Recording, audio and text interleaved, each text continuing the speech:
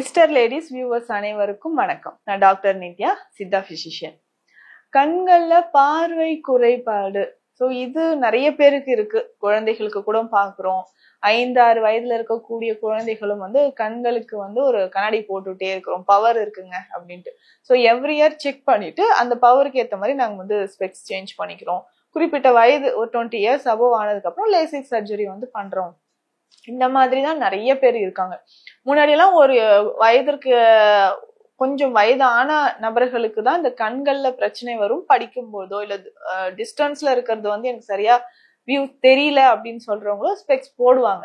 ஆனா இப்போ any time கண்ணாடி போட்டுக்கிட்டே இருக்கிறவங்கள நம்ம பாக்குறோம். அதிகமான ஸ்கிரீன் நம்ம பாக்குறது, ஸ்கிரீனிங் டைம் இன்க்ரீஸ் ஆகும்போது 2 வயது குழந்தையா இருந்தாலும் 1 வயது குழந்தையா இருந்தாலும் இப்ப எல்லாம் நம்ம மொபைல் போனை கையில கொடுத்துடுறோம். ஓகே, குழந்தை கொஞ்ச நேரம் அமைதியா இருந்தாலே ஓகே போதும்ட்டு.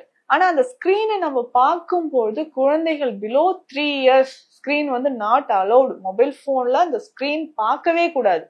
ஆனா இப்போ எல்லாமே நம்ம சாதாரணமாக கொடுத்துடுறோம் குழந்தைகள் கையில.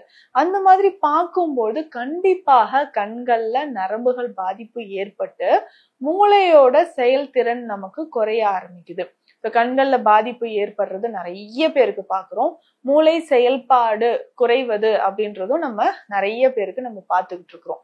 செயல்திறன் குறைபாடு இருந்துச்சுன்னா கொஞ்சம் கொஞ்சமாக நம்ம என்ன பண்ண போறோம்னா, பார்வை அந்த லாங் டிஸ்டன்ஸ்ல இருக்கக்கூடிய பொருட்களை பாக்குறது நமக்கு குறையுது. அதற்கு அடுத்தது கண்களை சுத்தி வலி ஏற்படுது, ரொம்ப ஸ்ட்ரெயின் ஆகுது, பின்மண்டையில வலி ஏற்படுது அப்படின்னு சொல்லுவாங்க. இந்த மாதிரி கண்கள்ல பிரச்சனை இருந்ததுன்னா எண்ணெய் குளியல் ரொம்ப அவசியம். இதுக்குன்னே ஸ்பெஷலா ஒரு எண்ணெய் குளியல் இருக்கு, அதை நம்ம ஃபாலோ பண்ணிக்கணும். முக்கியமாக பார்த்தோம்னா சில மூலிகைகளை எடுத்து தப்பலம் அப்படின்ற ஒரு மெத்தட் இருக்கு சித்த மருத்துவத்துல.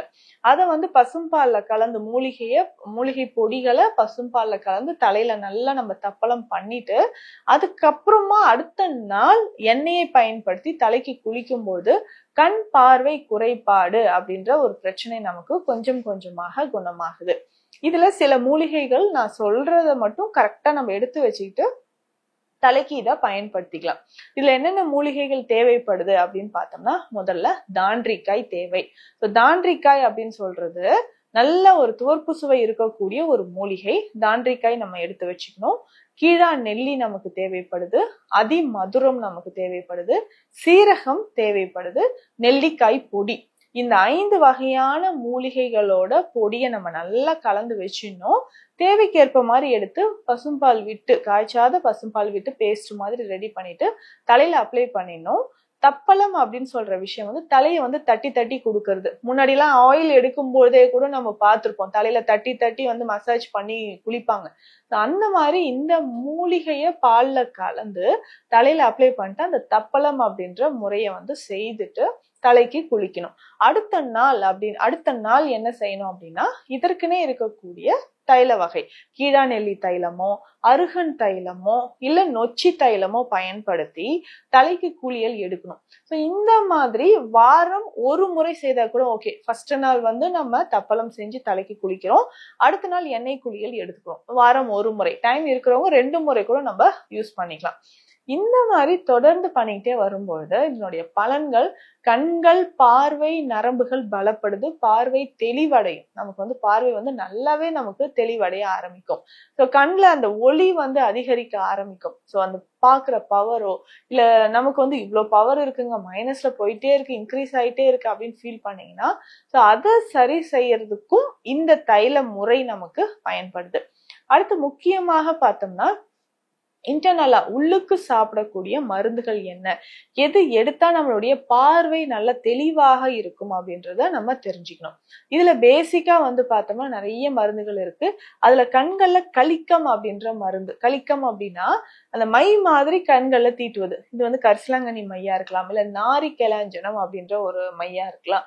இதை நம்ம பயன்படுத்தும் போது கண்களில் பார்வை நமக்கு அதிகமாக ஆரம்பிக்குது. இதனோடய சேர்ந்து ஒரு முக்கியமான மருந்து முறை சொல்றேன், அதையும் ஃபாலோ பண்ணிக்கணும். கண் பார்வை நல்லா தெளிவடைறதுக்கு இந்த ஒரு மருந்து நமக்கு நல்லாவே யூஸ்ஃபுல்லா இருக்கும் அப்படின்னு சொல்லலாம். இந்த மருந்துக்கு மூலிகைகள் அப்படின்னு பார்த்தோம்னா வெள்ளை கரிசலாங்கண்ணி ரொம்ப முக்கியமானது. வெள்ளை கரிசலாங்கண்ணியை பொறுத்த வரைக்கும் உடல்ல ஏற்படக்கூடிய பல வகையான பிரச்சனைகளை சரி செய்யறதுக்கு வெள்ளை கரிசலாங்கண்ணி நமக்கு பயன்படுது. இதனோட பொடியை வந்து நம்ம எடுத்து வச்சுக்கணும். ஸோ வெள்ளை கரிசலாங்கண்ணி பொடி நமக்கு தேவை, அதை வந்து நம்ம எடுத்து வச்சுக்கணும். ஸோ இதனோட வேறு என்ன தேவைப்படுது அப்படின்னு பார்த்தோம்னா ஓமம் பொடியை நம்ம எடுத்து வச்சுக்கணும். இதனோட ஒரு சின்ன துளி, ஒரு சிட்டிகை அளவுக்கு, ஸோ எவ்வளவு எடுக்கிறோமோ அதுக்கு ஏற்ற மாதிரி கொஞ்சமாக நம்ம வந்து பெருங்காயம் எடுத்து வச்சுக்கணும். ஸோ இந்த 3 பொடியையும் நல்லா கலந்து எடுத்து வச்சுட்டு மாதுளை மணப்பாகு அப்படின்ற ஒரு மருந்து சித்த மருத்துவத்துல இருக்கு. இனிப்பான ஒரு மருந்து வகைதான். ஸோ இது வந்து நம்ம உடல்ல அனிமியா இருந்தாலோ, ரத்தம் சரியாக ஊர்ல, அடிக்கடி மூச்சு வாங்குது, பால்பிடேஷன் இருக்கு அப்படின்னு சொன்னாலோ மாதுளை மணப்பாக நம்ம பயன்படுத்துறோம். ஸோ ஒரு ஸ்பூன் அளவு மாதுளை மணப்பாக எடுத்துட்டு நம்ம மிக்ஸ் பண்ணி வச்சிருக்கோம் இல்லைங்களா, இந்த பொடி ஒரு அரை ஸ்பூன் அளவுக்கு எடுத்து மாதுளை மணப்பாகு மருந்துல போட்டு நல்லா மிக்ஸ் பண்ணி சாப்பிடணும்.